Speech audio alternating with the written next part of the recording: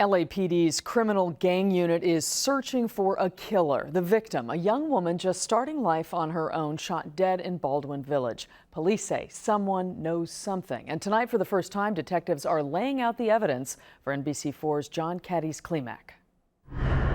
What's wrong with her? I don't know what's wrong with her. She's not breathing. The window's broken. I don't know what's wrong with her. It was raining that night on Nicollet Avenue near MLK in South Los Angeles. Tell me what. I don't know. I was going to pull up and park my car. I saw that her door was open. I stopped. I looked and the window was broken on the passenger side and her door's open and her legs are hanging out. I thought she was asleep and I realized that she's not asleep. I got out of the car and looked at her and she's... Oh my God. This 911 call would later lead to a moment that would change a family's life forever. Oh my God, what the fuck?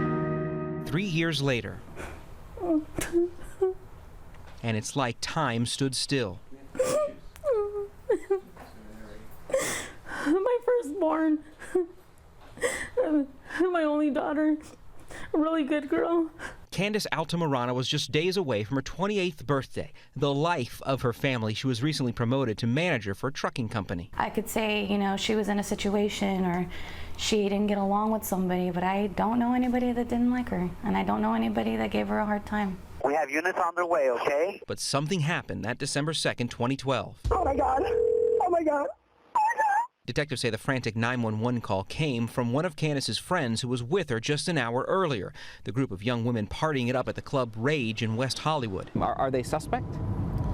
At this point, everybody's suspect. Detective Eloy Ochoa, part of South Bureau's Criminal Gang Homicide Division, says Altamirano left the club without her friends that night and waited for them outside one of the girls' apartment just north of LA's Crenshaw district. She chose to park in the red zone. When they responded to a crime scene. The victim had been transported to the hospital. The Criminal Gang Homicide Division of LAPD provided these evidentiary photos exclusively to NBC4. They show Altamirano's truck, the side window blown out, shell casings scattered across the pavement and in the grass. Her driver's side door open, showing the steering wheel where her head came to rest. She was still breathing when paramedics got her to the hospital. He's like, well, this is always the hardest part for me. Candice's mother had to ID her daughter's bullet-riddled body. And he says, no, I'm sorry. I tried to save her, but I couldn't.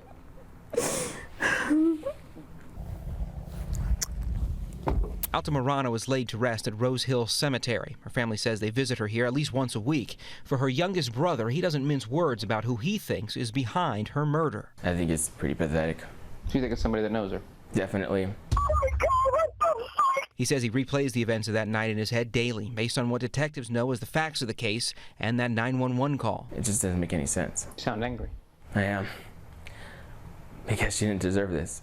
While detectives say they have the facts of the case lined up, that one piece of evidence that could lead them to the killer eludes them. Is it frustrating that you don't have what you need to close this?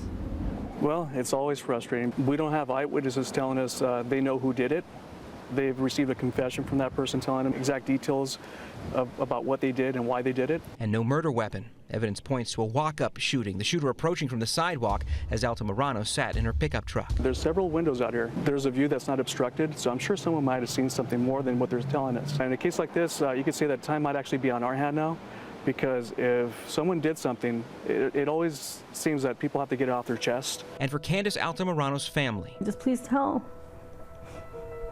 Let her rest, let us rest as a family. a simple hope for justice. They need to be accounted for it. It's not okay. I want the person who did this to her to feel the pain I feel. And tonight, here is where you come in. You are urged to come forward if you have any information. Right now on our NBCLA app, we have posted a phone number you can call. Just search Cold Case. You can remain anonymous, and there is a $50,000 reward leading to the arrest and conviction of the killer.